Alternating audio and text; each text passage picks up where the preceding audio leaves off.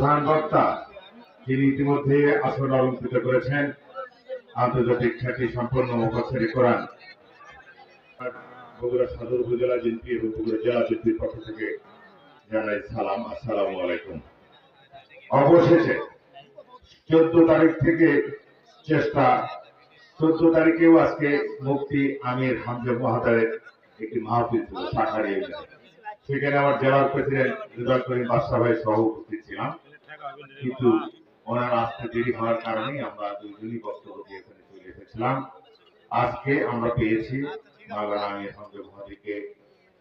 আমি যে কথা বলছিলাম, আমাদেরকে যখন প্রথমে এখানে প্রধান অতিথির দাওয়াত করা হয়েছিল, আমি কয়েকবার না করেছি যে এত বড় মাওলানা সাহেবের দাওয়াতে আসলে আমাদের কোনো বক্তব্য থাকে না, ওনাকে নিয়ে সবাই ব্যস্ত থাকে। আমরা দোয়া করছি, সহযোগিতা করছি, আমাদের যেতে হবে।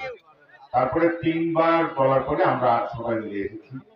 আজকে এখানে আসার আগে অনেক কথাই আছে আমাদের, আমি বলবো না, আমি সময় নিব না। আজকের যিনি প্রধান মেহমান, প্রধান বক্তা, উনি যে দোষে দোষী হয়ে কারাগারে গিয়েছিলেন, সেই রকম দোষে দোষী হয়ে আমিও 3 বার কারাগারে গিয়েছিলাম। 53টি রাজনৈতিক মামলার আসামি সহ আমার সঙ্গে যারা শপথসঙ্গী অনেকেই বারবার কারাগারে গিয়েছিলেন। আমাদের অপরাধ কিন্তু কোন মানুষ হত্যা নয়, আমাদের অপরাধ কোন লুণ্ঠন নয়, আমাদের অপরাধ সমাজের বিশৃঙ্খলা সৃষ্টি করা নয়। আমাদের অপরাধ ছিল মানুষের পক্ষে কথা বলা, মানুষের মুক্তির কথা বলা, মানুষের ভোটাধিকার ফিরে নিয়ে আসা, বাংলাদেশের মাটিতে গণতন্ত্র ফিরে নিয়ে আসা, বাংলাদেশের মুসলমানরা যেন সঠিকভাবে তাদের ধর্ম পালন করতে পারে। এই ছিল আমাদের দাবি। এই দাবিগুলি করতে গিয়ে আমরা বারবার কারাগারে গিয়েছি। আজকে আমাদের মা দেশপাতা বেগম খালেদা জিয়া 6টি বছর উনি কারাগারে ছিলেন। আমাদের ভাই দেশ নায়ক তারেক রহমান, যিনি এখনো দেশে ফিরতে পারেন নাই। হাজার হাজার মানুষ খুন হয়েছে, গুম হয়েছে, তারা কারাবরণ করেছে এবং অনেকে এখন পর্যন্ত তারা সুস্থ হতে পারেনি।